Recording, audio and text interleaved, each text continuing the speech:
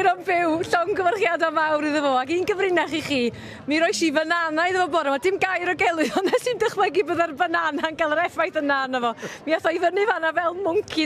Prif weithredwr y sioe, Steve Hewson, sy'n ma'r hwyl, chi'n iawn? Bendigedig, llongyfarchiadau hefyd. Ie, wel, gai ofyn i chi, ydych chi wedi bod i Ben y Polyn erioed? Ti'n bach yn brasu'r praw yma, ond falle mae'n cyfle mynd lan y polyn gyda ti bore fori. Ie, wel, mae yna ddau bolyn, mae mi gael dau fanana o leia.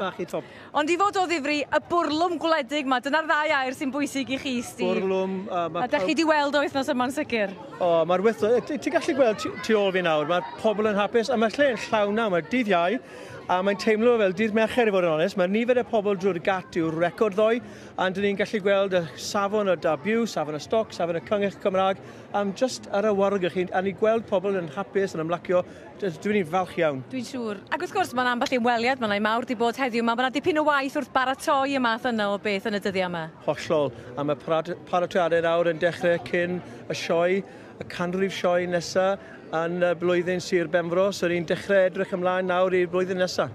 A pa mor bwysig i chi ydy fod Prif Weinidog Prydain yn dod yma i'r sioe? Wel, mae'r llwyfan fan hyn, ble mae pobl yn gallu gwneud politics, gwneud busnes. Mae'r cymdeithas yn trio i cadw mas y politics, ond dyn ni'n hapus i creu sefyllfa ble mae pobl yn gallu siarad amdano politics. A nawr, gyda beth sy'n digwydd yn Brexit, mae'r amser yn bwysig iawn. Roedd yn greit i weld y Prif Weinidog fan hyn heddi, ac hefyd dros yr holl wythnos, pobl o Llywodraeth Cymru, a dod i gilydd ar yr un lle fan hyn, lle saff, ble mae pobl yn hapus, mae'r tywydd yn braf, ond ar y cefndir mae'n bwysig i wneud yn siŵr mae'r dyfodol a amaeth yn sicr. Ac o ran y maes yma, da ni wedi gweld Steddfod yr Urdd yma, eleni, da chi wastad yn ceisio datblygu, ydych chi, a gwella pethau ar adnoddau sydd yma. Mae hynny'n parhau? Wel, mae'n bwysig i datblygu ar y maes y sioe. Dyn ni'n gallu gweld mae adeiladu dros yr holl maes, y pafilion a popeth. Ac edrych nôl ar y llwyddiant yr Eisteddfod yr Urdd yn just un reswm pam mae rhaid i ni'n trio ei creu y maes genedlaethol Frenhinol Cymru yma yn Llanelwydd. Mae'r signal ffôn symudol yn well fan hyn, mae'r Wi-Fi yn gweithio, mae'r lot o lle am ddim i parco cair, mae'r reoli traffig yn gweithio, a mae cyfleusterau ar y maes yn ail i ddim. So, Ydych chi weld fan hyn yn troi yn faes cenedlaethol ar gyfer bob math o ddigwyddiadau te? Wel, pam lai.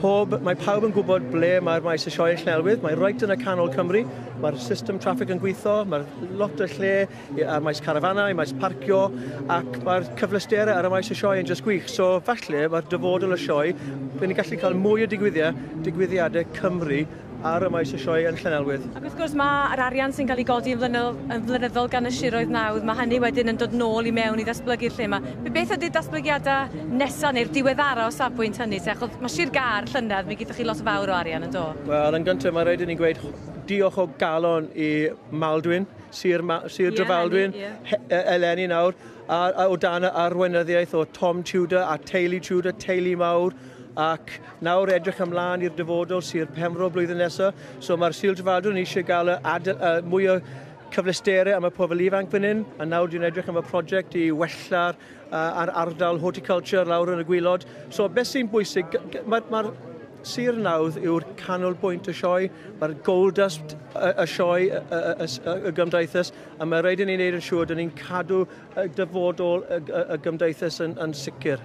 Ardderchog, wel mae wedi bod yn sioe hyfryd, mae wedi bod yn boeth iawn yma, ond mae hynny'n well na'r peth arall yn dydi. Ac i chi rwan, Steve, fel gŵr sydd wedi gweithio'n galed iawn, dwi'n siŵr yn ystod yr wythnosau sy'n arwain at yr wythnos yma, sut byddwch chi'n ymlacio fori?